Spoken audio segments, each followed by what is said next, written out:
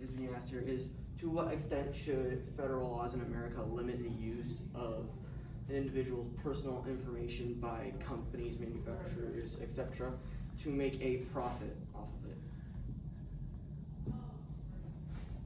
So we should first look at what rights do we have as American citizens.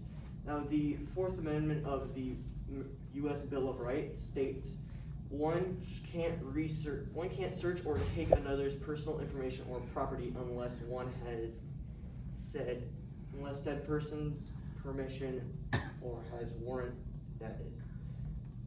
So, which basically means one cannot view one another's information unless it is supported by an oath, unless they have warrant which is supported by an oath, states place and what shall be searched, what shall be seized or obtained, and also it must have probable cause. The Fourth Amendment protects against unreasonable search and seize of information such as a person, anything that's on the person, anything that's in the person's house or property, a person's papers or effects. Now, what does that translate as far as modern times? Now, even though it was made well before the internet came about, the Fourth Amendment is still a basic American right, and it should still be upheld by the American law, and it should still be enforced. It clearly states that any person's information or papers should be protected from viewing from other people, again, unless the person has probable cause. Now that there are sensors and microphones that can be easily concealed and that can be used by anyone who isn't supposed to in certain products, that can easily be worked around and that can easily be violated by people who don't have probable cause. Now, companies still use, and then again, companies still use information without permission all the time, despite the Fourth Amendment stating that it is not okay or acceptable. What has been done so far is companies are required to show a disclaimer when using anyone's personal information, data, etc. Disclose what will happen with said information that they access, and disclose any sponsors or partners. And normally this happens with the private policy disclaimer.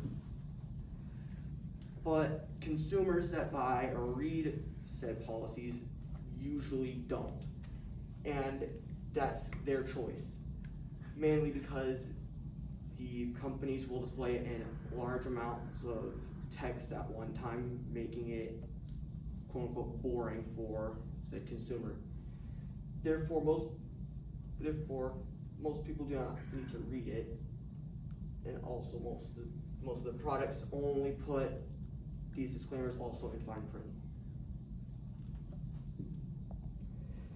The solution to this, the people who manufacture and sell the products should have tighter regulations on how to disclose said information.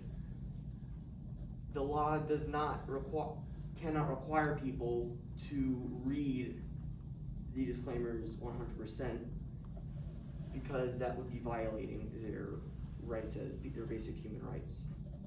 But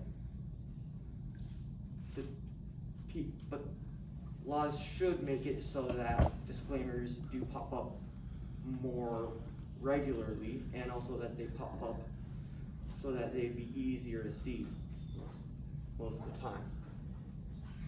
Now, even though this may help right now, again, the manufacturers will adapt at some point, and the law should be there again to adapt with it.